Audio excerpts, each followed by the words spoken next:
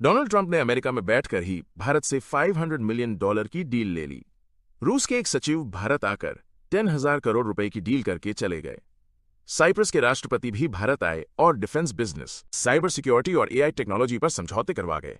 और दूसरी तरफ हमारे देश के प्रधानमंत्री नरेंद्र मोदी जी 5 देशों की यात्रा करके लौटे हैं। यूएई जाकर फिल्मी स्टाइल में शेख मोहम्मद को गले लगाया और यूएई मेरा दूसरा घर है जैसे डायलॉग मारकर भावुक माहौल बनाया। नीदरलैंड जाकर रोने धोने वाली 2-4 महिलाओं के साथ मोदी भगवान टाइप ड्रामा चला। फिर कथक नृत्य देखा। चोल वंश का ताम्रपत्र और मेडल लेकर आए और 2-4 रैलियां करके समझा दिया कि बुरे दिन आने वाले हैं। स्वीडन में जाकर भी रैली की लोगों को आने वाले कठिन समय के बारे में बताया। कोरोना का उदाहरण देकर अपनी दुख भरी कहानी सुनाई। नॉर्वे में जाकर एक और स्तर की अव्यवस्था हुई, पत्रकारों के सवालों का सही जवाब नहीं दे पाए। स्क्रीन देखकर हिंदी पढ़ने की नौबत आ गई।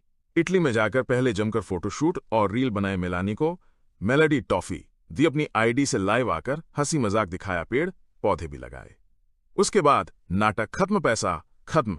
विमान से उतरकर गंभीर चेहरा बनाकर नेताओं के साथ बैठक की और कहा कि भारत 2047 तक विकसित देश बनेगा। इस संकट के समय में 8,400 करोड़ रुपए का विमान लेकर खुद घूम घूम कर आनंद ले रहे हैं, लेकिन कोई डील नहीं, कोई नया निवेश नहीं, कोई कंपनी या फैक्ट्री नहीं आई। उल्टा विदेशी निवेशक पैसा निकालकर देश छोड़कर जा रहे हैं, रोजगार कम हो रहे हैं। लेकिन साहब को उसकी कोई चिंता नहीं है। विदेश में बहुत खुश दिखाई देते हैं, लेकिन देश आते ही चेहरा उतर जाता है। उसके बाद भावुक होकर रोना धोना शुरू हो जाता है। पेट्रोल, डीजल और गैस के दाम 10 to 10 रुपए और बढ़ा दीजिए, बाकी बचे देशों की भी यात्रा कराइए। आपका ये उदास चेहरा अब और नहीं देखा जाता भाई।